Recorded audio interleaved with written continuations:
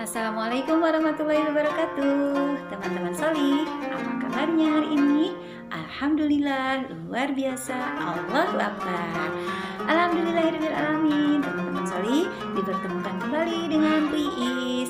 Kali ini Bu Iis akan mengajak teman-teman untuk berkenalan dengan salah seorang nabi, yaitu Nabi Musa alaihi salam. Nah, teman-teman, bagaimana kisah serunya? Nah, ayo kita dengarkan bersama-sama. Nah, sebelumnya kita awali dulu ya dengan membaca basmalah. Bismillahirrahmanirrahim. Nabi Musa alaihissalam dilahirkan di kota Mesir pada masa pemerintahan Raja Fir'aun. Raja Fir'aun ini sangat terkenal dengan kezalimannya, zalim terhadap rakyatnya, gitu ya. Nah, salah satu kezalimannya adalah perintah menyembelih anak laki-laki yang baru saja dilahirkan. Kenapa ya? Kenapa Raja Fir'aun melakukan hal itu? Nah, ternyata teman-teman, Raja Fir'aun mempercayai sebuah ramalan yang menyatakan bahwa suatu hari kerajaannya atau tahtanya akan direbut dan digantikan kekuasaannya oleh seorang laki-laki yang bukan berasal dari keturunannya. Nah, Bunda Nabi Musa meminta petunjuk kepada Allah harus bagaimana untuk menyelamatkan bayinya. Nah, teman-teman, Allah memberikan petunjuk ya kepada Bunda Musa bahwa bayi Nabi Musa ini harus dihanyutkan di sungai Nil. Yang ada Nabi Musanya ya, bayi Nabi Musa masuk ke halaman kerajaan dan ditemukan oleh pembantu Fir'aun. Kemudian diserahkan kepada istrinya Raja Fir'aun, dan istri Raja Fir'aun ini jatuh hati ya kepada bayi Musa, akhirnya diangkat anak oleh beliau, gitu ya. Nah, seiring waktu berjalan, Nabi Musa alaihissalam tumbuh dan besar di kerajaan tempat tinggalnya Fir'aun ini.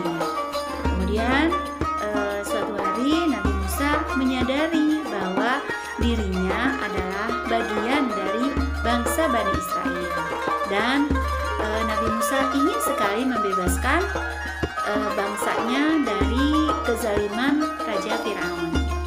Musa alaihissalam menghadapi Raja Fir'aun, dan ketika itu Nabi Musa ditantang oleh Fir'aun untuk menunjukkan bahwa dirinya seorang nabi, gitu ya.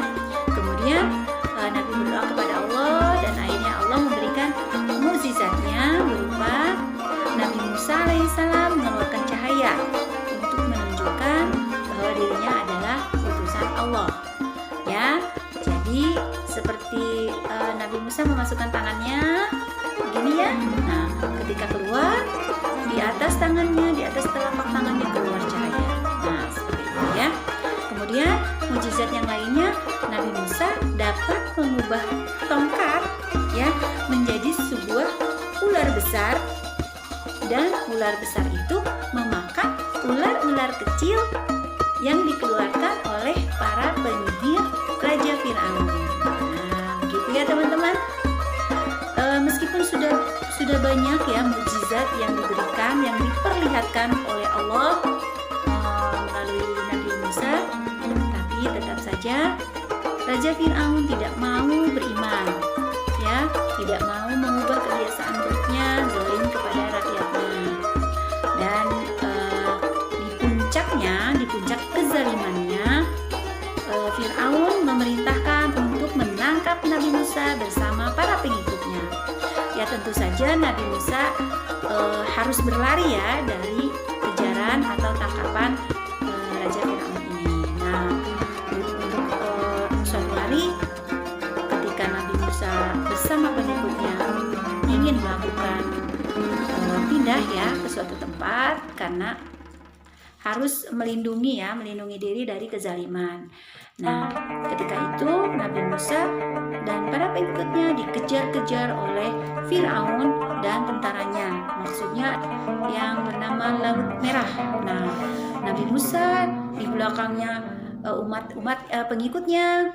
Kemudian di belakang pengikutnya ada pasukan Raja Firaun ya, dengan Hamannya, dengan panglimanya, membawa ribuan tentaranya, mengetukkan tongkatnya ke Laut Merah, tuh gitu ya, dan terbelahlah Laut Merah, terbelah menjadi dua. Nah, ketika Laut Merah sudah terbelah, maka Nabi Musa diikuti oleh para sahabatnya, para pengikutnya menyeberangi Laut Merah ya, dan sampai selamat di ujung ya, di seberang gitu.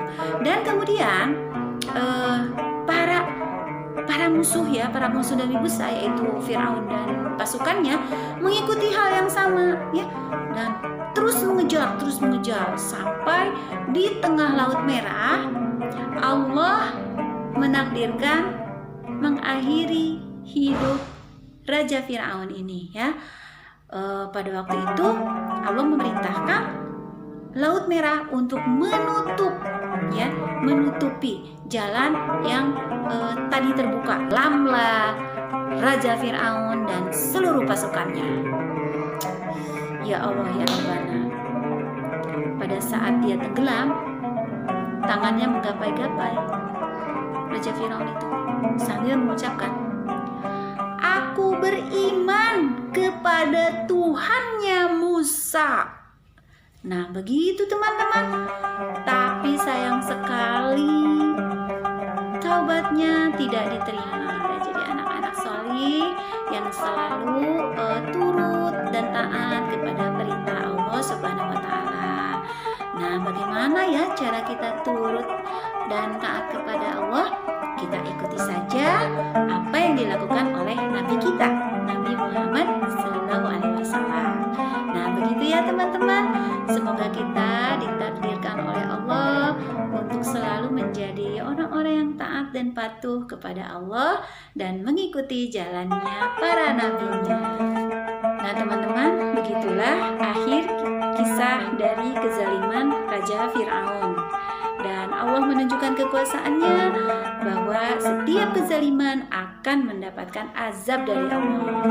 Langsung ya. Nah, begitu teman-teman ya. Nah, untuk itu Bu Iris akhiri kisah Nabi Musa alaihissalam ini. Semoga kita akan dipertemukan Allah kembali di video berikutnya. Wassalamualaikum warahmatullahi wabarakatuh.